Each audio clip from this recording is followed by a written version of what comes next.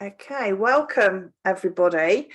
As I was just saying, as people were coming on, it's a long time since I've done one of these Food Mentor webinars, so it's good to be back, and we will be doing them probably once a month on different subjects. And obviously, the great subject of the moment in focus is bread and jam. So that's what we're going to be talking about today, getting ready to apply. As I was saying, for those of you who are coming on, if you've got any questions, let's not make this a formal gig. If you want to ask me something, please just go ahead and unmute yourself. But in the meantime, please keep yourself muted, because otherwise, when the postman comes or any other things, then that might be an interruption. As some of you may be aware, I do have a dog. The postman has been already, so we shouldn't be disturbed by that, but you just don't know. So let's get started. I think I did know quite a few of you on here, but for those of you who don't know me about my numbers, I was a buyer for 7 years at Tesco and Boots, and worked at Boots actually for a number of years doing other things as well.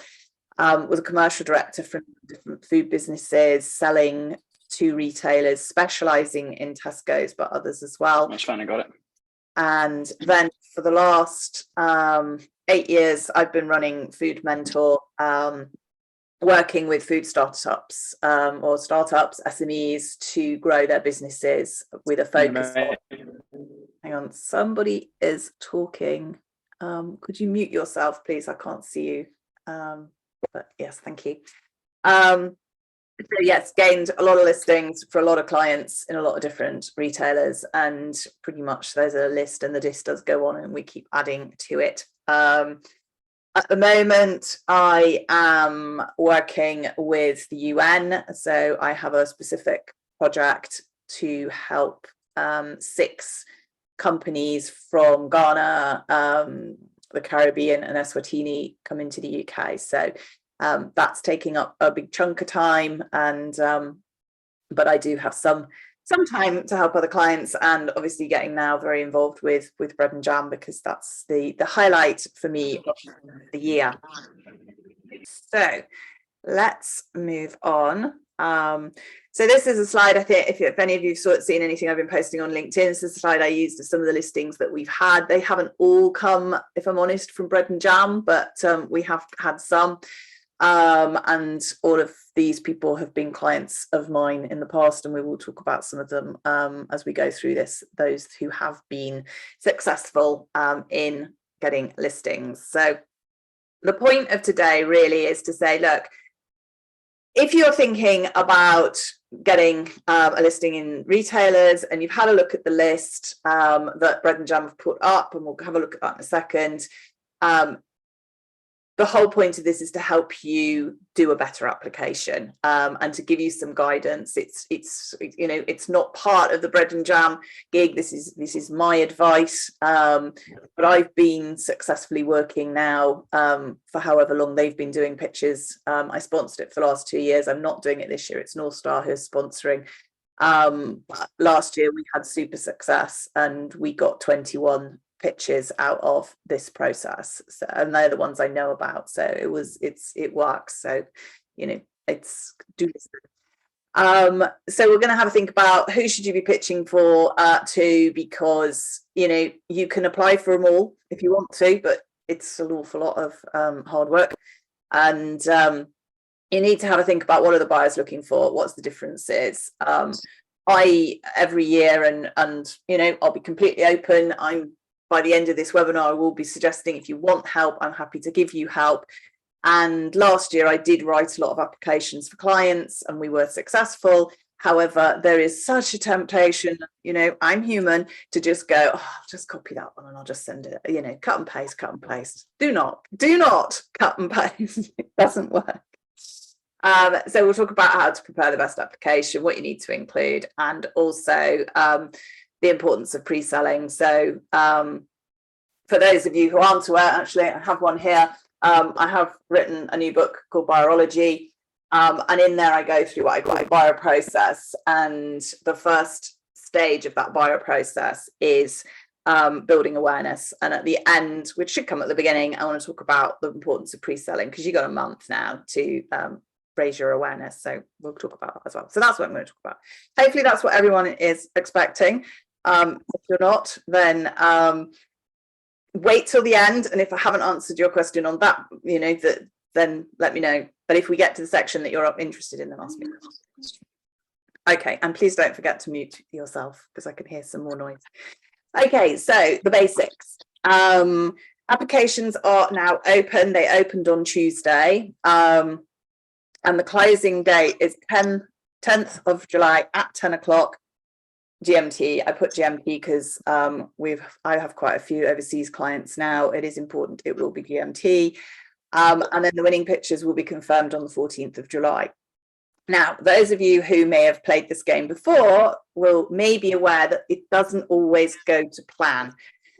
So I have been in a situation where we thought we only had one pitch and then another one came through, literally lastminute.com. So be aware that might happen. The actual pitching will be the 18th and 19th of July at the festival in London. Again, last year, for those of you who may not remember, it was the phenomenally hot weather. It was 42 degrees. And I think on the first day, Cardiff decided that it was too hot for their staff to travel. So they didn't come. So they did follow up later. So just want to manage people's expectations. As I say, I'm not here to represent Bread and Jam, but they do their best. But if the buyers don't come back to them, then it's really difficult. So just if you've not heard, they will manage it, and I'm sure they will take you through that process. But don't worry. Things that you do need to be aware of: you do need a ticket to pitch, and one of the things that I do every year is I download all the forms, primarily so that I can help my clients fill them in. Because I know the first year I kind of did it a bit freehand and I filled them in, and then unfortunately I didn't get the copy back, so I had no record. So I now download all the forms, make a copy and fill them in, and then fill in the Google form. So if you've not had a chance to have a look at it, you go onto the Bread and Jam pitching site and you just enter in all the information. And then this year, after a lot of feedback, you will actually get a copy. So that's quite a positive, because last year you didn't, and the years before. When I say you need a ticket to pitch, I have read their kind of terms and conditions. If there are more people in your team, it does say, so say you fill it in and then you want a member of your team to go and do the selling, it does say that that person has to have a ticket as well. So just be aware.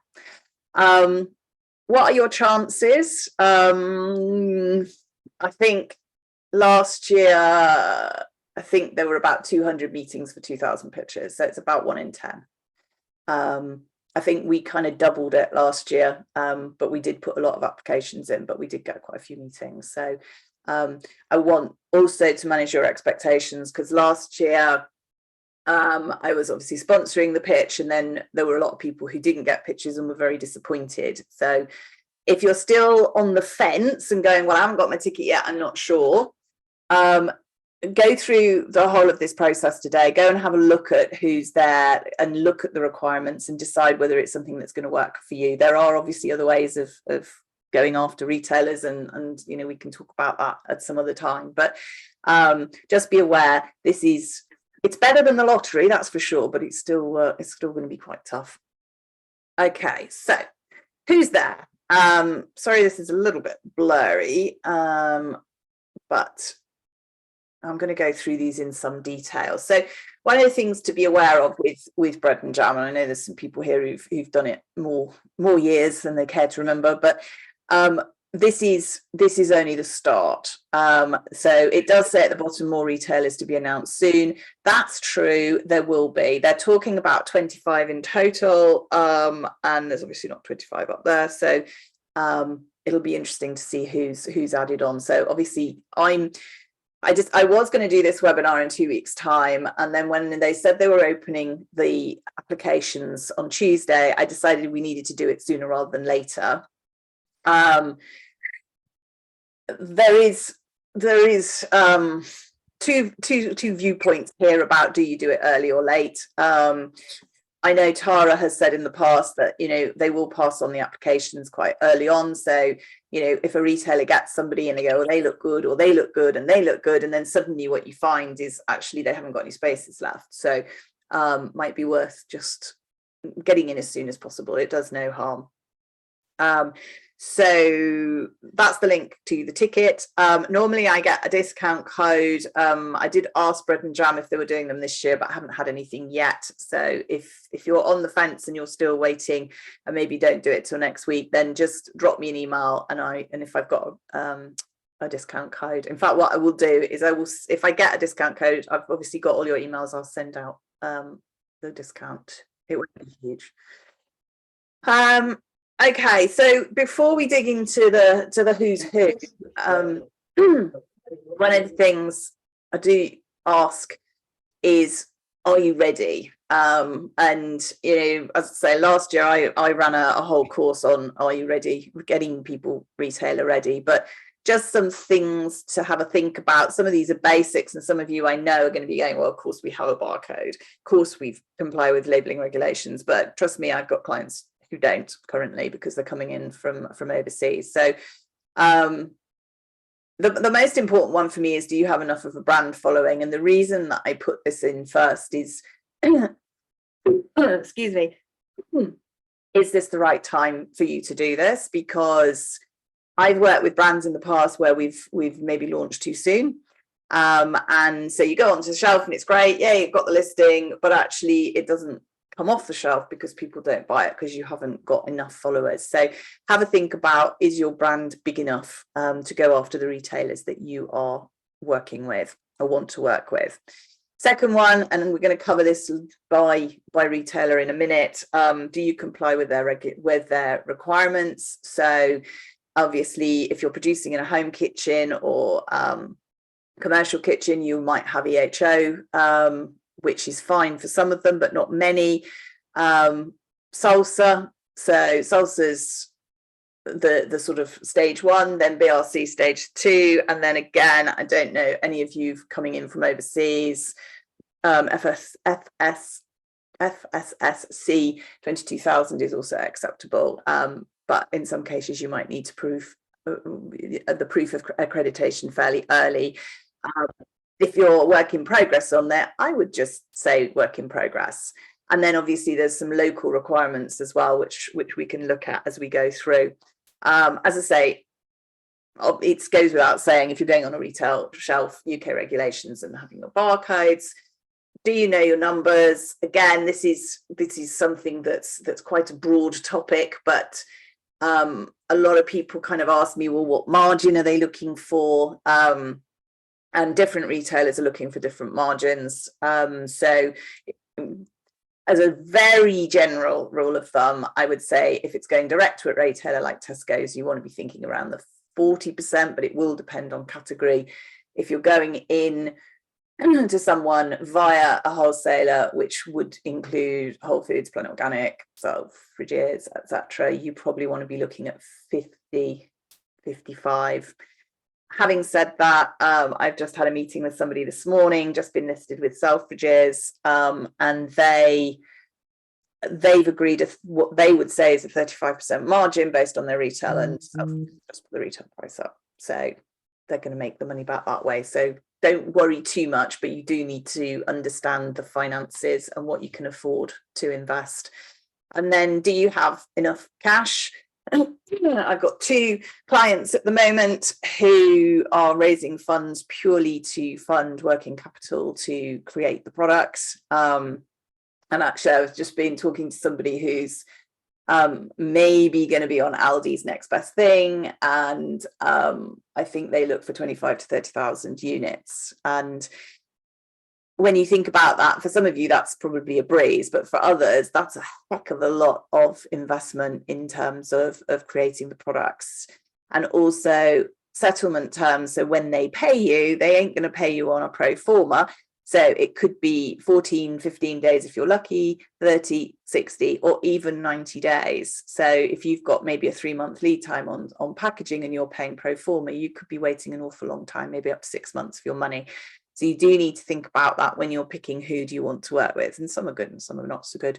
And then it's not enough to think about margin. You do need to think about what marketing investment is required as well. And again, different folks, different strokes. There's all sorts of different requirements. Some are easy and some are not so easy. And at the end of the day, the more you put behind marketing, the better it will sell, which is obviously, it does sound pretty obvious, but I was listening to a podcast on Diary of a CEO, and Nicola from Deciem was talking about launch and love. And I just love this phrase, and I've just been quoting it all day, where basically, if you launch a product, you've then got to give it the love to make it work. And I think that's really critical for any of these. You need to think about what marketing you're going to put behind it, whether it's trade marketing, paying to the retailer, or actually marketing to get it off the shelf. Okay, so that's that thought process. So who have we got and what are they looking for? So as I say, I've grabbed all of the forms and put them into a folder, and these, which is why it doesn't look very sexy, have been taken from that form, and I'm just going to run through each of them. If you've got any questions as we go through, then please do shout. This is the same as last year, actually. So Selfridges are looking for products in all categories, but they're particularly interested in cheese, deli, charcuterie, smoked salmon, health-focused, and vegan foods. The key to remember about Selfridges is they want to be first to market. So they will be looking for newness. And that's probably the most critical thing I can say about them. They are not hyped up about exclusivity. So don't worry too much, because as Adrian Boswell says, once it's on my shelf, it's old. So, and that's not necessarily the case. And there's brands there that have been there for not hundreds of years, there probably are actually. But yeah, that's basically what they're looking for, new things. So that's so that's a nice, good exposure, good start point if you're early on your journey. Wholefoods and Planet Organic, I'm kind of putting them together a little bit. Wholefoods and Planet Organic have been really difficult to get hold of this year. Planet Organic, obviously, for those of you who are not aware, have been through an administration process. They are now back in the game. I think there's 8 stores open. They closed 2 or 3. Rennie Elliott is back in charge, who founded it, and I think it's going to be a really interesting business. And they, up until recently, have been closed on talking to new businesses. So this is probably the first opportunity that you'll have had to actually sell to them. They have similar requirements. So if we look at Wholefoods to start with, they've also been extremely elusive. I understand they haven't had as many buyers as maybe they should. So it'll be good to see if you can, if Wholefoods is on your list, which I know it is on a lot of people's list, this is a good opportunity. So looking for startups, high quality, natural and organic, plant-based, environmentally friendly, ecologically responsible, can be ambient, chilled or frozen, must have salsa. So that's the key one. And the reason for this is obviously they don't want to come and audit your factory. It is they see this as their due diligence to make sure that you have the quality. And also, don't miss out on looking at this unacceptable ingredients list. And I've put it there. I will share these slides with you, and it's also on the Google form. But they are quite strict, and there are some odd things on there that you wouldn't think about. So go and have a look and make sure that because there's no point you wasting your time. Don't waste your time, their time, and take up a slot that you can't use. And then Planet Organic, again, I'd advise you to go and look all of, obviously, everybody's websites to get the information, but they ideally want organic unless there isn't an organic alternative. I did listen to Brand Growth Heroes, Fiona Fitzpatrick's great podcast, where Renee was being interviewed. Go and have a listen to that if you're interested in Planet Organic, because you will get some insights into what she's thinking for for the future. But again, they are going to be looking for salsa, and they are looking for ambient chilled products. And yeah, it's a good business. I've got one client in particular who does extremely well out of did do extremely well out of Planet Organic, and then as you see, there's been a blip, and now it's back on again. Okay, who else is on? Cotswold Fair. So Cotswold Fair is wholesaler, B Corp, very much environmentally friendly. They supply basically all of the independent delis, gift shops, farm shops. They're looking for ambient, chilled and frozen specialty and fine foods, also looking for minimum of salsa. If Cotswold Fair is your thing and you are making gift, or you have some gift products, this is a little handy top tip. They are on Range Me at the moment, so this has nothing to do with bread and jam. They are on Range Me, and if you go on there and they're looking for products for spring next year, spring gifts, and it's free to enter, so you don't have to hand over the big wadgets of cash that Range Me look for normally. So that's a little bonus top tip for you about Cotswold Fair. But again, go onto their website, see what other products they sell, have a look and see if it's what they're looking for. They only do, they do three catalogues a year. The main one, which will be done at the end of this year, which is obviously what you'll be pitching for, plus the gift, and then they do a Christmas one as well. So just so you know, it's not easy to get into them. So again, this is a good opportunity. Little case study to break it up a little bit. Last year, Abel and Cole were on, and Claudia, who I've been working with now for about 18 months, Black Mamba, she pitched, actually I didn't do it for her, we pitched to Ocado and Abel and Co, and we've just agreed a listing in Abel and Co. So I mentioned that for two reasons. One, I'm sure Abel and Co, I'm not sure, but Abel and Co hopefully will be on the list as it grows over the next couple of weeks. But also just to say that's a year. And yeah, it takes a while, and you'll see that as we go through this. There's a few occasions where it takes a while. And actually, those of you who maybe were on this last year or the year before will know my first bread and jam pitch that I did, which was to Costco, took us nearly 3 years to pull off. So yeah, it takes a while. Okay, back to the main story. So I just thought I would pop this in for you.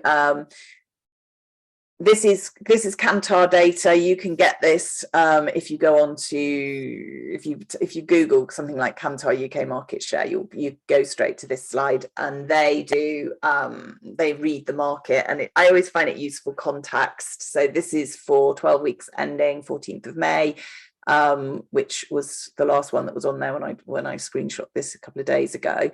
And it's quite interesting because it just gives you an idea of who does what. So there's Tesco's dropping back. So this is year on year from 27 down to 27.4 to 27.1. Sainsbury's holding their own, Asda okay. Morrison's really have had a bad hit. And obviously you've got Lidl and Aldi really in growth.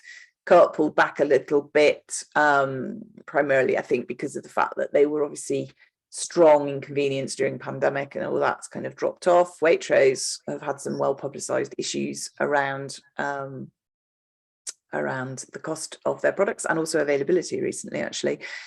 Iceland, pretty much the same. Ocado, same. And then you've got the bits and bobs at the bottom. So I think that kind of also puts it into context, because the majority of people that we're looking at here, apart from the retailers that I'm going to talk about in this next slide, sit down in those bits and bobs. So, Ocado is a perfect... No, for Trish, but I've got on the bit. Whoever that is, mute, please. Thank you.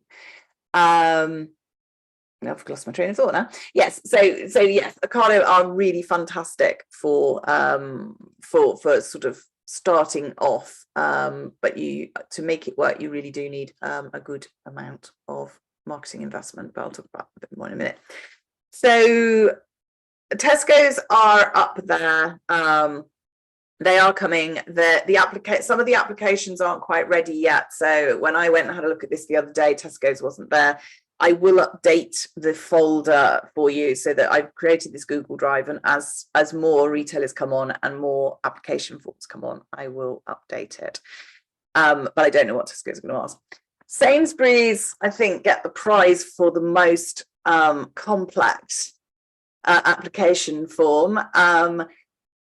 They have had a challenger brand accelerator program for a while. This year, they're looking for impulse health and wellness. They are looking for exclusivity, and I believe it is a year's exclusivity. So it says there, exclusivity for major malts and discounters, and not interested in meat, fish and poultry and floral. But the key point for me is, if you're already a long way down the line with another retailer, then this is not the approach for you. That doesn't mean you can't approach Sainsbury's, because there are other ways of doing it, but through this process you won't get in. As I say, they truly have one of the most complicated forms I've seen in a long time. So they want to know about your team, they want to know who your investors are, there's a lot there, but actually it does mean they're serious, and they're, so go and have a look at it, and if you want some help filling it in, then obviously give me a shout. The co-op have been great, actually, and you may have noticed on that first slide when I was sort of talking about some of the successes we've had a lot of success with clients of mine with the co-ops in what they call the incubator program, the apiary, and it's just ongoing recruiting. It's a program, so you get mentoring, you get workshops, you get support, a little bit like Sainsbury's, but I think it's probably a lot more intense. And they are looking for suppliers, as most people are these days, cooperating for a fairer world. Values, ethics and principles are key, purpose-led, chilled, frozen, ambient, and remember, it's about convenience. So a lot of the successes that we've had have been convenient. So overnight oats, and also Goodness has got a listing in there. So think about, does your product fit within these retailers, because it's quite important.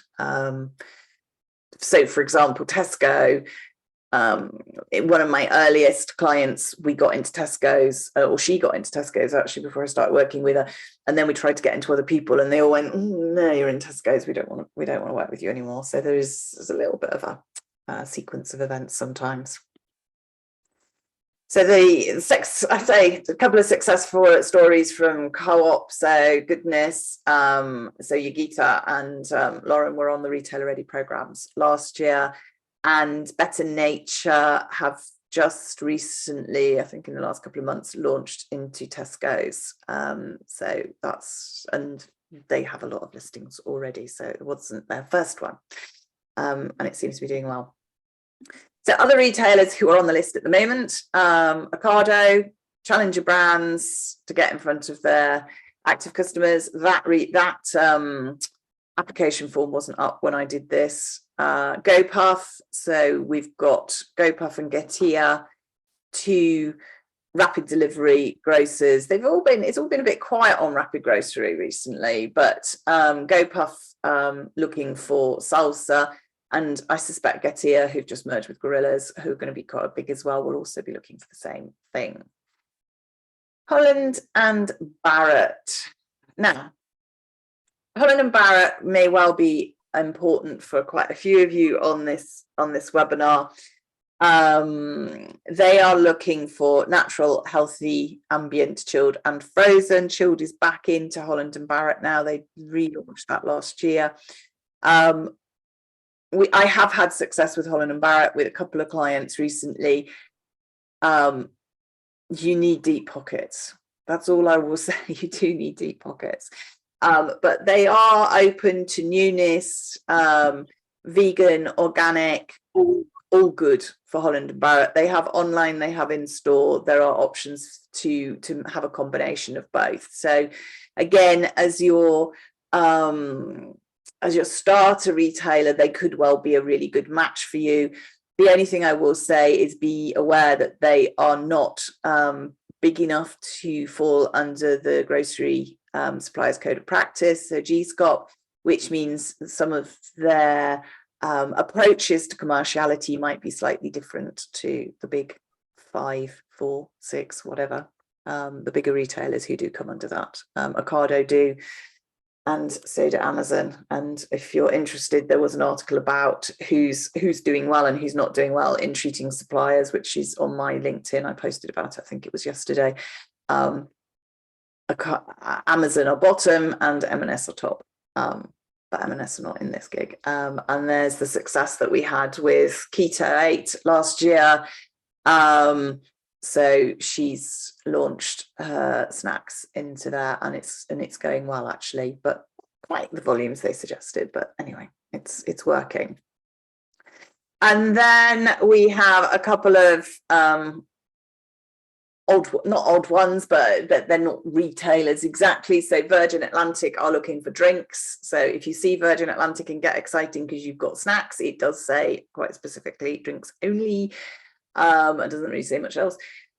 And then Wadworth Group, there's usually a few like this that are just sort of what I call outliers, but it could be very interesting. So they're looking for menu solutions, and there's lots of good information there about, you know, what they're looking for and how you can approach it. So it does sit more within food service, which is not my area of expertise, but if it's something that fits with you, it might be worth having a go. I don't think they're going to be as manically popular as probably Wholefoods and Planet Organic usually are. Having said that, and we may well see this data printed later, Planet Organic and Wholefoods tend to field more than one buyer, so it's not as though you're just, you know, there's one buyer for an hour or something. That there's quite an opportunity usually. And then Tom Savano, so James did a power hour with me last year, and I have to be completely honest, I don't know whether I don't think this Virgin Atlantic came from Bread and Jam, but I'm not sure. But he launched recently onto Virgin Atlantic, which was his retailer of like choice, you know, that's where he really wanted to be, so he's really done well with that. And then they've just launched into WH Smith, who I don't know if they're going to be there, but really, I did a deal with WH Smith last year. You really, really need deep pockets for them. Then that your entry level is 20, 30K marketing investment. And it probably won't break even in the first year. Okay. So who do you want to supply? Have a think about this. I talked about it at the beginning, but what's your route to market? And think about Bread and Jam as part of your route to market launch strategy. It's not obviously the only thing that's available.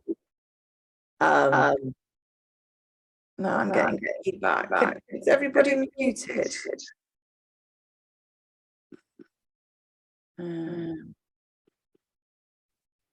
We'll pass it. No, we're not, because it's going to really annoy me. Hang on, let me just see. Is everybody muted? That's better. Whatever happened there, that's gone. Okay, so yes, so think about what your route to market strategy is. Who are you really targeting? It's, you know, just because the Wadsworth pub group's there, it might not be right for you. If you weren't going to do food service, don't suddenly go, oh, well, let's have a go. Let's have a go at food service. Make sure that it's strategic what you're thinking about. Obviously, are you compliant with their requirements? Have you got what they're looking for? And do you have deep enough pockets? And I do feel, you know, you will find, as I'm going to go through how to make the application, and you will find there are some things that I would say, all right, have a go. But, you know, if they're saying they're only looking for drinks, don't waste their time and your time by applying for snacks. There are other ways to do it. Get in touch. We can think about other ways. That's my. So, is everyone else back? Or is it just me? You're getting feedback. I don't know. Because it stopped. Someone went back and now it's doing it again. Hang on. See. If everyone could mute. Oh, that's better. Maybe that's it. Okay. Off we go. Hang on, I've got a couple of questions in the chat.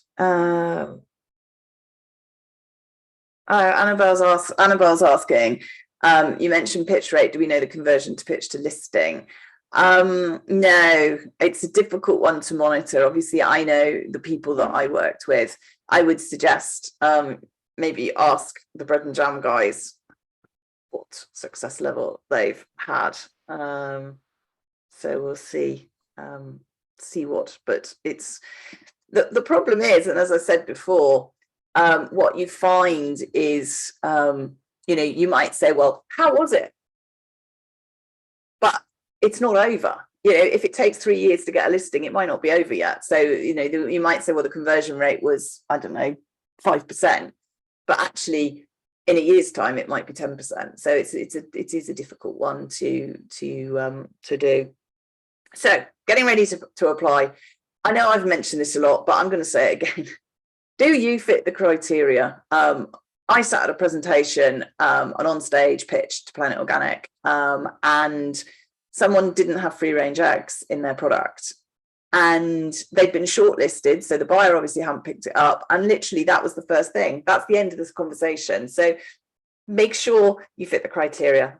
And as I say, with the only thing I would say, I said there's some flexibility. If you don't have SALSA or BRC or any of the accreditations, have a go with Planet Organic. It's not the end of the world. And I do know that there's products there that don't have SALSA. So it's worth saying SALSA in progress or accreditation in progress or something like that and deal with it later on. I just sort of, let's have at least a little bit of a chance. So the second thing, which is equally crucial, is do your research. And, go and look at the stores. Maybe, if you're going for Virgin Atlantic and you've got a drink, getting onto the plane might be an investment in your business too far. But, if you can get anybody to go to the lounges, because one of the way Virgin works, back a bit, but the way they work is that they ask you if you'll give them free stock to try and see how well it goes in the lounge before you launch. So that's quite an interesting opportunity. So one of the questions on the Virgin thing is, will you give free samples? So if you want to be on that bus, you do need to say yes. And then it's not super loads, because I remember when James told me that, I was like, you've got to be kidding. I'm not, I don't think you should give. Anyway, it wasn't much. It was worth it. Well worth doing. Okay, so visit the stores or the pubs or whatever it is.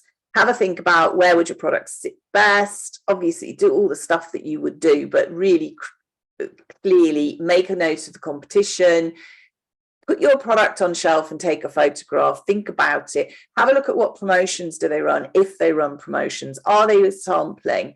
Take photos, because if you're successful, and for those of you, actually, how is it going to work? I think for all of you who apply, there is a workshop on the 5th of July, which is run by Bread and Jam, which is delivered by me in conjunction with North Star.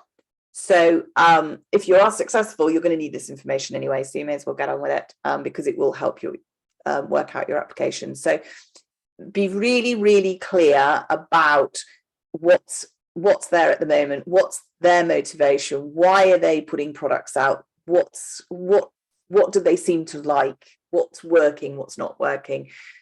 Go on to Google, go on to LinkedIn. ChatGPT for this does not work, because most ChatGPT is not modern enough, because I think it stops historically in September 21, but ChatGPT is another option. Have a look at their website, have a look at their social media. Go and have a look at the buyer. If you can find out who it is. You won't be told, by the way, before you ask, but again, it's worth going and having a look at LinkedIn. Just know that retailer, and that work is quite a lot. And for somebody who probably last year for some clients might have made up to 10 applications, it's a lot of work. And And as I say, when we come to the end of this, I am offering to help people with this. I'm doing two visits next week to stores with some other clients actually, but I will be taking photographs. So if you need some help and maybe you're not in the UK, then I can help you on that. Just get in touch. So you know now what's out there. So then the key part, and we'll talk about the questions in a minute, is what is your unique value proposition? Now, I have put up here, which talks about your unique selling point, and I think, or selling proposition, I think some of the questions are actually about what's your unique selling point, but I like to call value proposition because it's not just about selling, it's actually what value are you going to create for the retailer. So have a think about what's your brand purpose, what's it doing well, how does it dovetail with what the consumer is looking for. Think about what your competitors are doing, so what's there at the moment, and what can you bring to the party that transforms the retailer's life. It is not your job to say, I recommend you to list this one because we'd be so much better. But think in those lines, go walk in the retailer's shoes. Why should they take the risk of listing you? And, you know, you need to stand out because this is a 1 in 10 chance. So make sure that the value proposition you're putting together resonates with what they're looking for, which is why you do all that research, which is why you look at the competitors. And then you take your brand and you go, right, let's tailor this. And that's why you can't cut and paste. It just doesn't work. Some of it does. It doesn't work. Okay, so let's have a look at this slide. If you want the question folder, and I will send it out in an email, but there is a QR code. If you click on that, you should go straight through to the questions. If you don't, please put it in the chat. And those of you who've worked with me before or know me, admin is not my #1 superpower. So if it doesn't work, we will sort it out. So the questions. These are not all the questions, but I've picked out questions that I think are of interest. And I can't remember, I think this was Sainsbury's. In one sentence, what's your brand purpose? So it's a little bit like your elevator pitch, but you know, if you've done a lot of work on your brand, it should be relatively straightforward, but think about it in relation to them. Okay, so even if you've got a mission statement, it needs to be tailored. And then don't try not to do a sentence that's like got 16 different parts to it. Something succinct, something that they're going to go, that's us, that works for us. The next one, which you'll see and sorry, just for those of you who've never done bread and jam before, every single form is different. There is not one form that's the same, which is a shame, really, but anyway, it is what it is. They're all looking for different things, but a lot of them ask this question: please provide a description of your brand and products, including USPs or not including USPs. And also some of them ask about the brand, and then some of them ask about the products. Obviously the two things are different, so make sure you're clear on your brand proposition and you're clear on the USP of your products, because the two, as I say, could be quite different. And some of them have questions and some of them don't. Sorry, some of them will ask you about the brand, some of them ask you about products, some both. How would your product complement what we already offer at Wadworth? Well, you know where this one's come from, but it's an interesting question. So you need to do your homework and go and have a look at their menus and work out how you can complement what we already offer. So, you know, the reason that last year I did, I think I did about 10 power hours last year with clients, because you look at these questions, you go, oh, I'm not sure. And some of you will be just absolutely fine. You've been doing it for ages and it's been fine. So, but some of these do need a bit of crafting because you want to stand out. This is the thing. This is competitive, very competitive. Why would you be beneficial to retailer X? There's a couple of these. And it's a tough question, actually. It depends what they're looking for. I mean, at the end of the day, why do retailers exist? It's to sell stuff. I don't think to sell stuff is probably the right answer.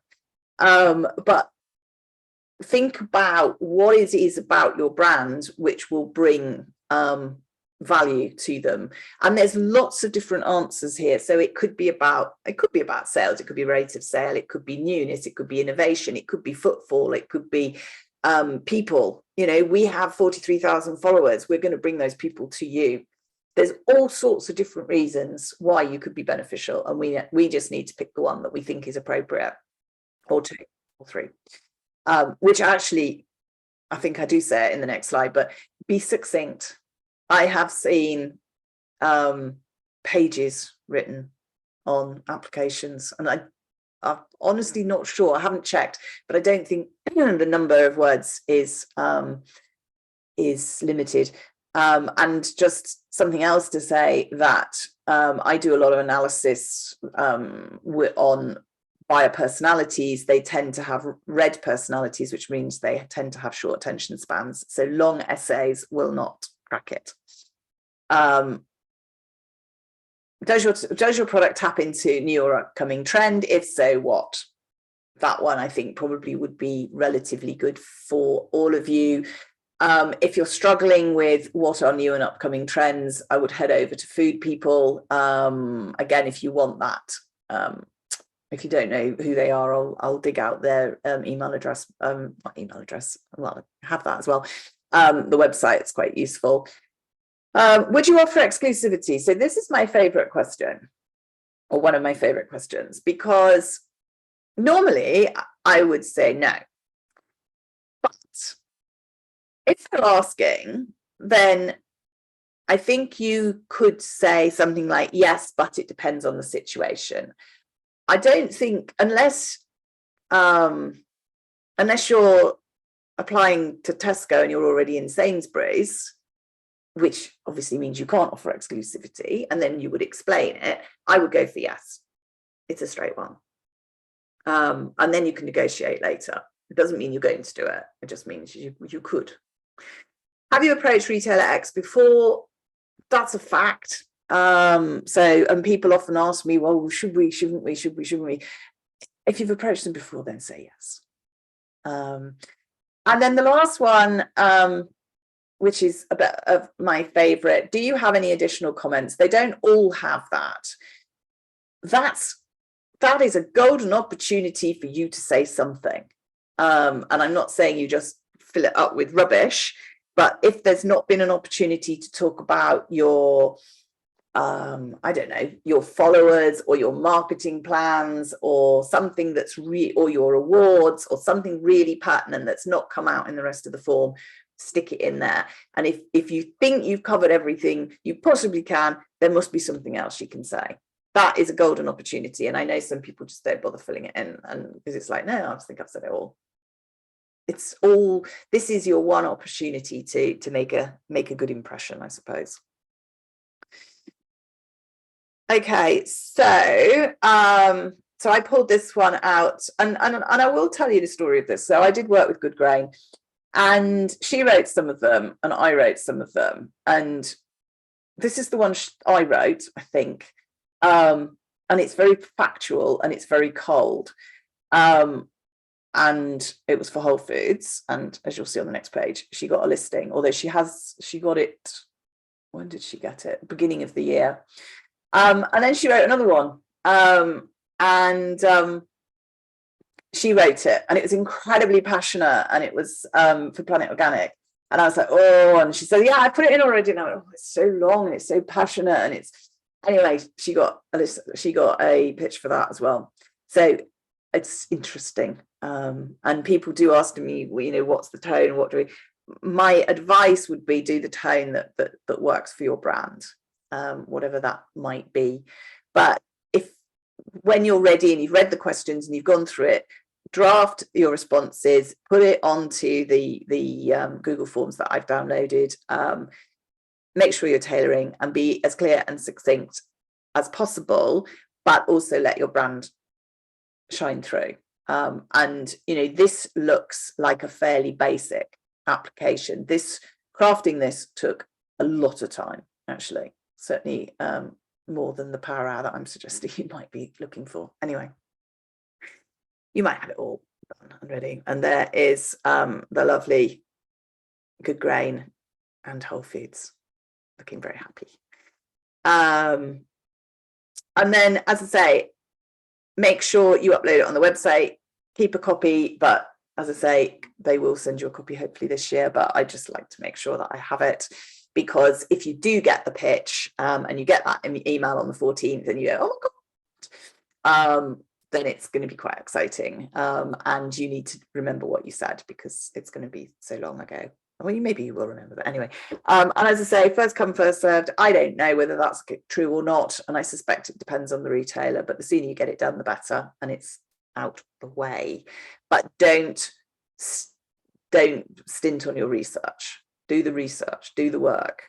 And if you can't get to the stores for a week or two, it's not going to be the end of the world if you put it in a bit later. So that's my advice. What are you going to do once you put your application in? And right at the beginning, I talked about the B in buyer, which is all around raising brand awareness. The buyer is going to see your application. They do see all applications. Bread and Jam don't field them or filter them in any shape or form, other than to take them out if you haven't put your Eventbrite number on. So just a warning, make sure you've got your ticket and you've put the number on it. But I really would be thinking about your trade press. So build your social media following and make sure that you're doing the trade marketing effectively. Something actually which I've just thought about, one of the questions that comes up a lot on the applications, which I haven't mentioned, is category. What's your category?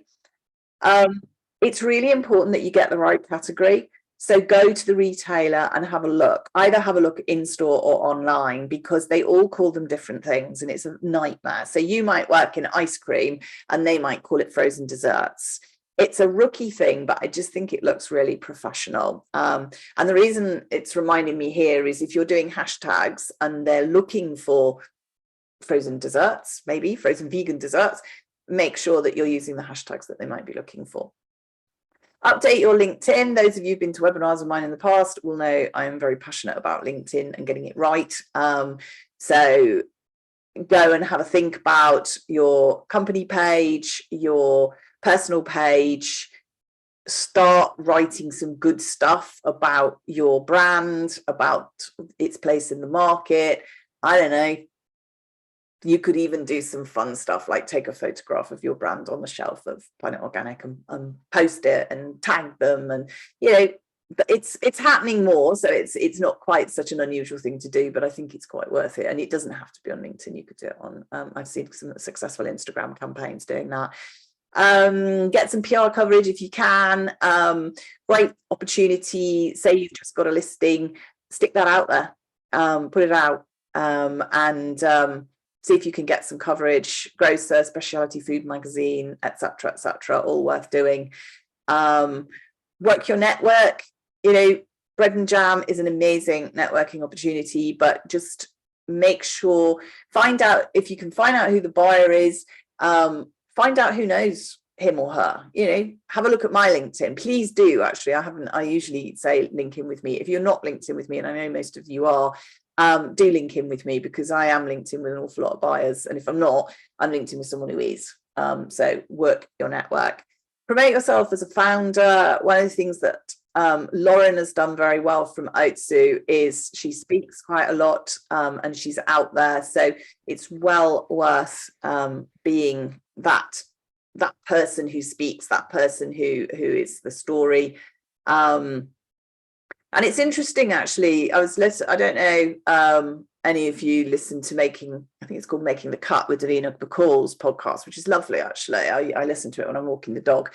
And they were talking about, the about us is really important. We really want to know who owns the brands. And I just thought that was really interesting. So I just mentioned that as the founder. And then get on some podcasts, go and see if you've had some successes, apply to some of the podcasts that are available. I mentioned Fiona, Hungry is another one. And there's lots of others, for goodness sake, actually. I think I'm recording next week. So there's lots. Get yourself out there. It's good profile raising. And even, you know, the bread and jam agenda isn't totally locked down yet, if you've seen the festival guide. So if you've got something to say, look at the guide and say, well, actually, I could sit on your panel for that. It's just fantastic profile raising. So all of these things before the 14th of July, which obviously is when we might find out. So I have been hinting, I'm going to flog you something. Last year I did a lot of power hours, and I've kind of packaged them a little bit differently this year. So I've got two proposals. One is done with you.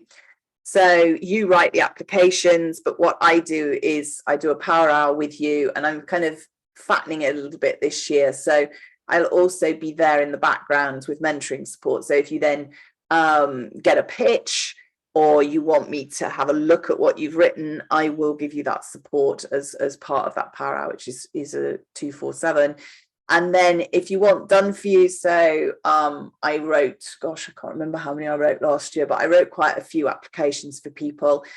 Done for you is a little bit different. It is quite a jump in price, but there's a lot of work involved because I need to do a workshop with you to really understand your business. I then go and do the competitor research for you, write and submit the application.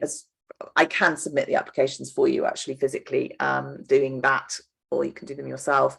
And then you get the support. And then part of that package is the bonus hour. So if you get a pitch, we can use it on that, and I can coach you on how to pitch, or you can use it on future strategy. If you don't get any pitches at all, then we can talk about how you can go after other things and do other things like Product Guru or applying directly. So if you want to book, that's on my website, virology.co.uk/bread and jam. And I think you would find it really beneficial. As I say, we doubled the success rate, and we got 21 pitches last year that I managed to find out about anyway. So okay, so it's all been very, very quiet and well behaved, and there's some people who were successful last year, which we've talked about. Any questions? Anything people want to ask? I've got a couple of messages. Okay. Anybody else got anything they want to ask before we close off for the day?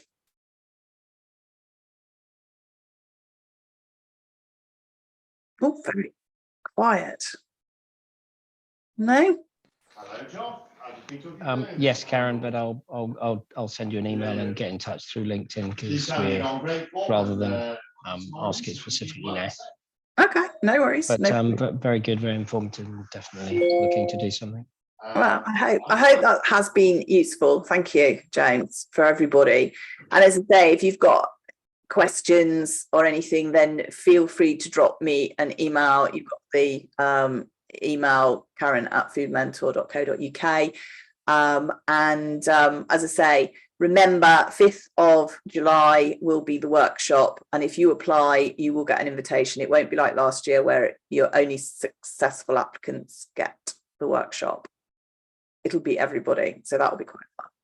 Okay, thank you very much for your time. Glad it was useful, and yes, get in touch if you want to work with me. Very happy to help with a power hour or even do it for you. All right, thank you very much. Have a lovely weekend, and I will speak to you all soon.